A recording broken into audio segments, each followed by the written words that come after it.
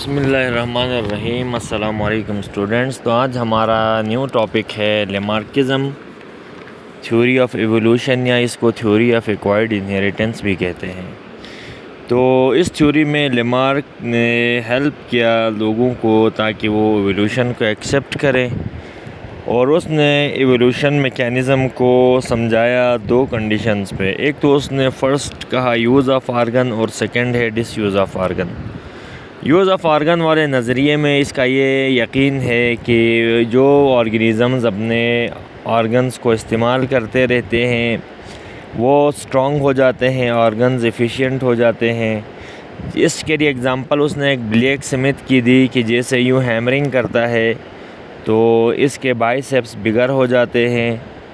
इसी तरह aquatic birds हैं, ये क्या करते थे, कॉन्स्टेंटली अपने टोज़ को सेपरेट करते थे, जिसकी वजह से इनके बीच में स्किन आ गई और इससे स्विम में हेल्प मिल गया, फूड एक्वायर करने में, और यानी प्रेडेटर से एस्केप होने में इनको हेल्प मिली। तो ये तो थे यूज़ ऑफ ऑर्गन के बारे में। दूसरा इसका डिसयूज़ ऑफ ऑर्गन का नज़रिया ये है कि लेमार्क ये बिलीव करता है कि वो ऑर्गन जो प्रॉपरली यूज़ नहीं होते ये डैमेज हो जाते हैं, और एक वक्त ऐसा आता है कि अनफंक्शनल होके एक जनरेशन के अंदर ये बिल्कुल जो है ना एलिमिनेट हो जाते हैं।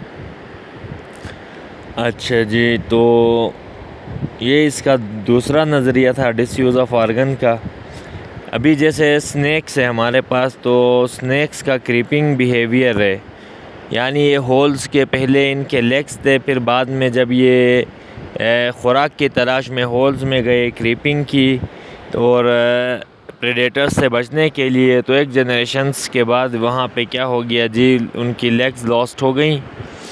तो ये था जी डिसयूज़ ऑफ ऑर्गन की वजह से लेग्स लॉस्ट हो गई, और आज इनके पास लेग्स नहीं है और ये क्रीपिंग करते हैं।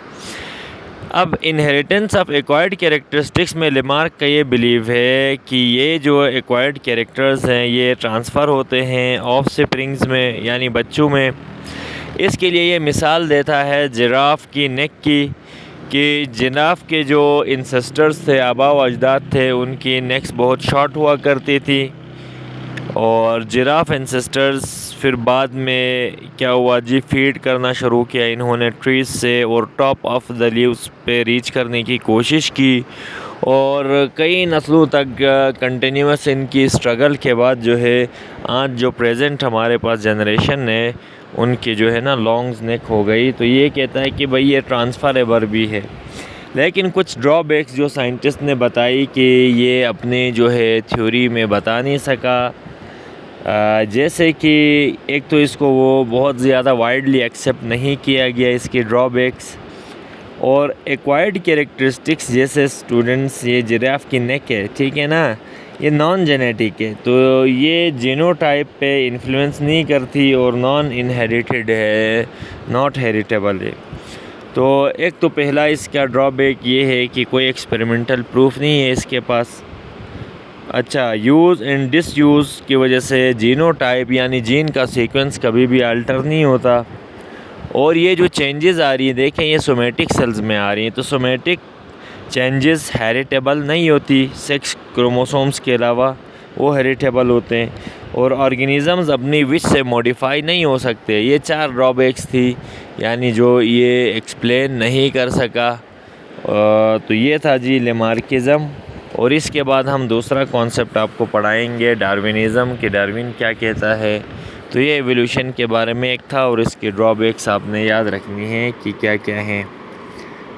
तो ये एक तो एग्ज़ाम पॉइंट ऑफ व्यू से भी इम्पोर्टेंट है, तो इसको आप लोगों ने ज़रूर समझ लेना है।